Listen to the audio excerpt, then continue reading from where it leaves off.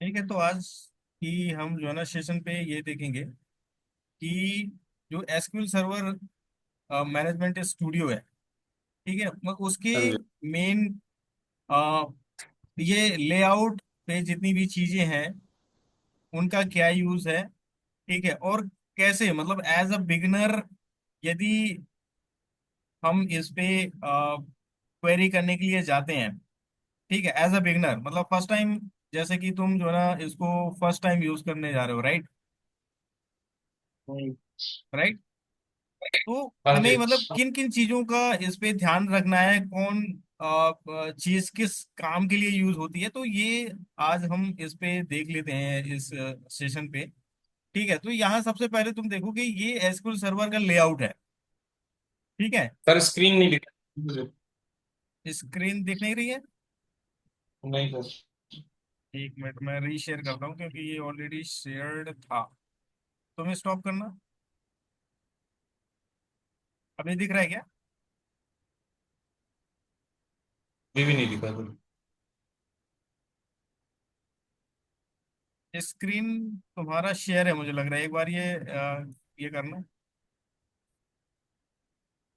तो हम लोग ये देखते हैं कि ये पूरे लेआउट पे जितने भी मीनूज बने हैं वो किन किन चीज़ों के लिए बने हुए हैं। मोस्ट बेसिकली ये बहुत मतलब इजी है, इनका ज़्यादा यूज जो एज एसक्यूएल डेवलपर है उसको तो क्वेरीज से मतलब रहता है, मतलब क्वेरीज को लिखना, एसक्यूएल की क्वेरीज को लिखना मोस्टली उस पे ही एसक्यूएल डेवलपर का फोकस रहता है। बट लेआउट, ये जो पूरा लेआउट है उसको किस तरीके से मैनेज किया जा सकता है उन सब चीजों के लिए यहाँ पर मतलब ये मीनूज बने हुए हैं। जैसे कि इसमें फाइल है, फाइल के अंदर ये सारे चीजें आती हैं। तो मतलब कि कनेक्शन ऑब्जेक्ट एक्सप्लोरर है, डिस्कनेक्ट ऑब्जेक्ट एक्सप्लोरर।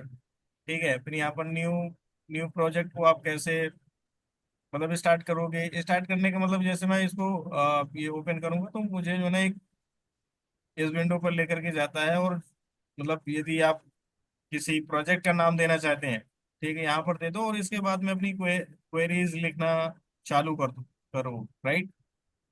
तो ये एक फीचर है इस पे। ठीक है, और एडिट एडिट में तो ये सब पूरा नॉर्मल ही है कि इसमें गो टू व्यू, व्यू पे बहुत सारी चीजें आती हैं। ये ऑब्जेक्ट एक्सप्लोरर मतलब कि जब हमारे पास में बहुत सारे ऑब्जेक्ट हो जाते हैं ना, जैसे कि हम लास्ट क्लास में पढ़ चुके हैं ना कि डेटाबेस के अंदर बहुत सारे ऑब्जेक्ट होते हैं, राइट। जैसे कि टेबल से स्टोर हम्म। प्रोसीजर और बहुत सारी चीजें होती हैं, राइट। तो रैंडमली हम्म।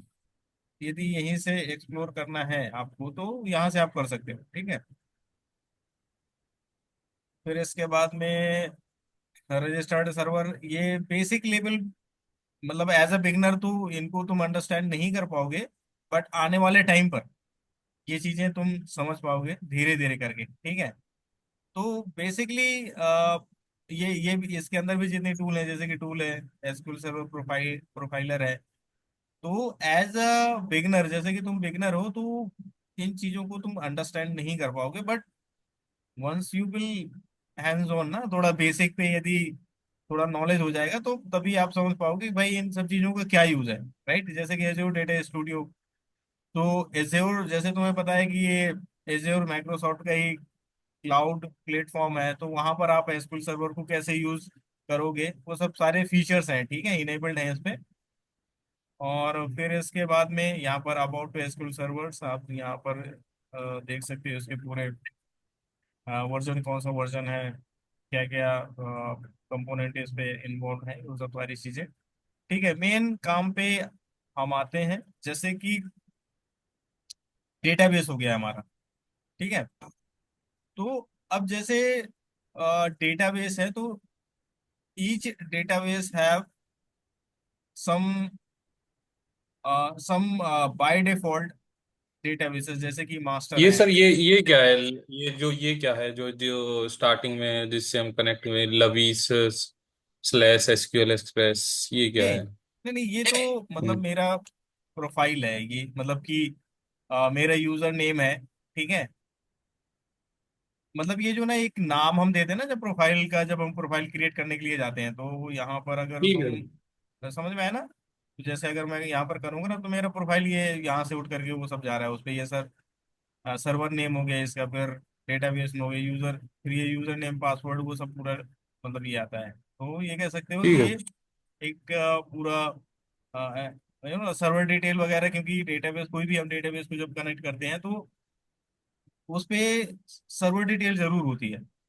ठीक है, सर्वर डिटेल हो गया, आपका यूजर होगा, पासवर्ड होगा, राइट। तो वही सारी चीज है, फिर उसके अंदर मतलब फिर एक सर्वर होगा, पर्टिकुलर एक सर्वर होगा, फिर उसके अंदर फिर डेटाबेसेस कनेक्शन बनते हैं। ठीक है, तो each database have some system database, कह सकते हो कि अगर इस ट्री स्ट्रक्चर को हम देखते हैं, और ट्री स्ट्रक्चर पे आप देखोगे तो ये ना एक, फिर एक सर्वर पे हम्म। फिर यहाँ पर हम प्लस करते हैं ना, तो इसके अंदर ये सारी चीजें आती हैं। तो ये जितना हम्म। भी जो सिस्टम ट्री दिख रहा है, ये बाय डिफॉल्ट एसक्यूएल सर्वर की तरफ से यूज किया जा रहा है।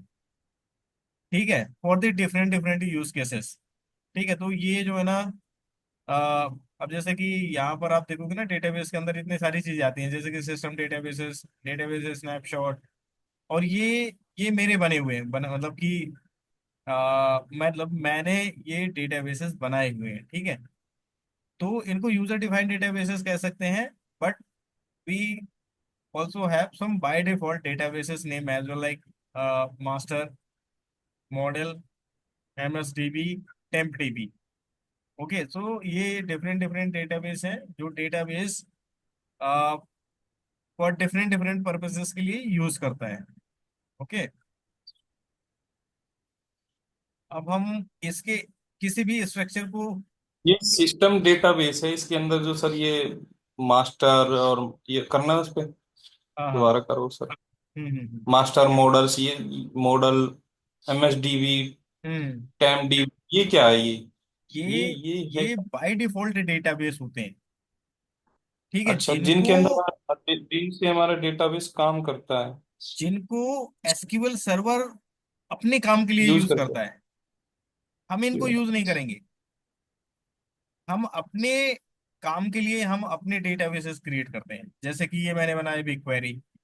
ठीक है, बट यहाँ पर तुम किसी भी डेटाबेस के अंदर क्लिक करोगे तो उसके अंदर ये बाय डिफॉल्ट एक ट्री स्ट्रक्चर मिलेगा, जैसे कि उसके अंदर टेबल्स होंगी, तो यहाँ पर सिस्टम डिफाइंड टेबल्स होंगी। अगर तुम इसको क्लिक करोगे तो यहाँ पर सिस्टम डिफाइंड टेबल्स होंगी। ठीक है, ऑलरेडी जो क्रिएटेड की गई हैं।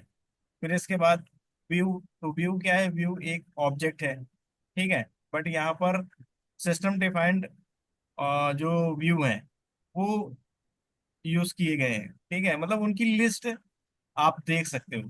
ठीक है, जब आप बनाओगे ये जब ऑब्जेक्ट, तो आपके डेटाबेस में मिलेंगे वो। ठीक है, जैसे अगर मैं बनाऊंगा यहाँ पर, तो मेरे डेटाबेस के अंदर ये सब मतलब कि जो भी मैं ऑब्जेक्ट ये क्रिएट करूंगा। स्नैपशॉट क्या है सर? स्नैपशॉट, कहाँ पर स्नैपशॉट? Database snapshot. हाँ, स्नैपशॉट भी मतलब एक एक टेम्पररी फाइल क्रिएट होती है। स्नैपशॉट इन द सेंस कि आपका कॉपी, आपके डेटाबेस का कॉपी, राइट। ठीक है, समझ रहे हो? तो वो एक एज अ कॉपी कह सकते हो कि वो यहाँ पर एक फोल्डर स्ट्रक्चर जनरेट होता है for internal use, internal uses. ठीक है, तो यहाँ पर कंफ्यूज नहीं होना, ये सारे बहुत सारे हैं तो मे बी तुम कंफ्यूज हो जाओगे, तो मैं इसको बहुत ही सिंपल बनाता हूँ। और मैं जो है ना सिर्फ फोकस करता हूँ जो मैंने डेटाबेस क्रिएट किए हैं। ठीक है, तो अब जब भी हम कोई डेटाबेस क्रिएट करते हैं, ठीक है, उसके अंदर ही हम पूरे ऑब्जेक्ट क्रिएट करते हैं, डेटाबेस के ऑब्जेक्ट्स क्रिएट करते हैं, जैसे कि table, view, store procedure, functions, trigger, right. तो these are the all databases object, where you will get, कहाँ पर आपको ये मिलेंगी, ये सब मिलेंगे आपके डेटाबेस के फोल्डर स्ट्रक्चर के अंदर। ठीक है, जैसे कि यहाँ पर तुम देखोगे टेबल्स, टेबल्स का एक फोल्डर बना हुआ है, तो पूरी टेबल्स इसके अंदर होंगी। जितने भी मैंने टेबल्स बनाई हैं वो सब यहाँ पर देखेंगी तो कोविड हमने यूज किया था ना, तो यदि आपको मैनुअली देखना है तो यहाँ से देख सकते हैं इसको। ठीक है, मैंने यहाँ पर सेलेक्ट कर दिया इसको। ठीक है, तो यहाँ पर ये देखो, यहाँ पर देख रहे हैं इसकी डिजाइन पे मैं क्लिक करता हूँ, डिजाइन। ठीक है, ये देखो इसका डिजाइन लेआउट आ गया। ठीक है,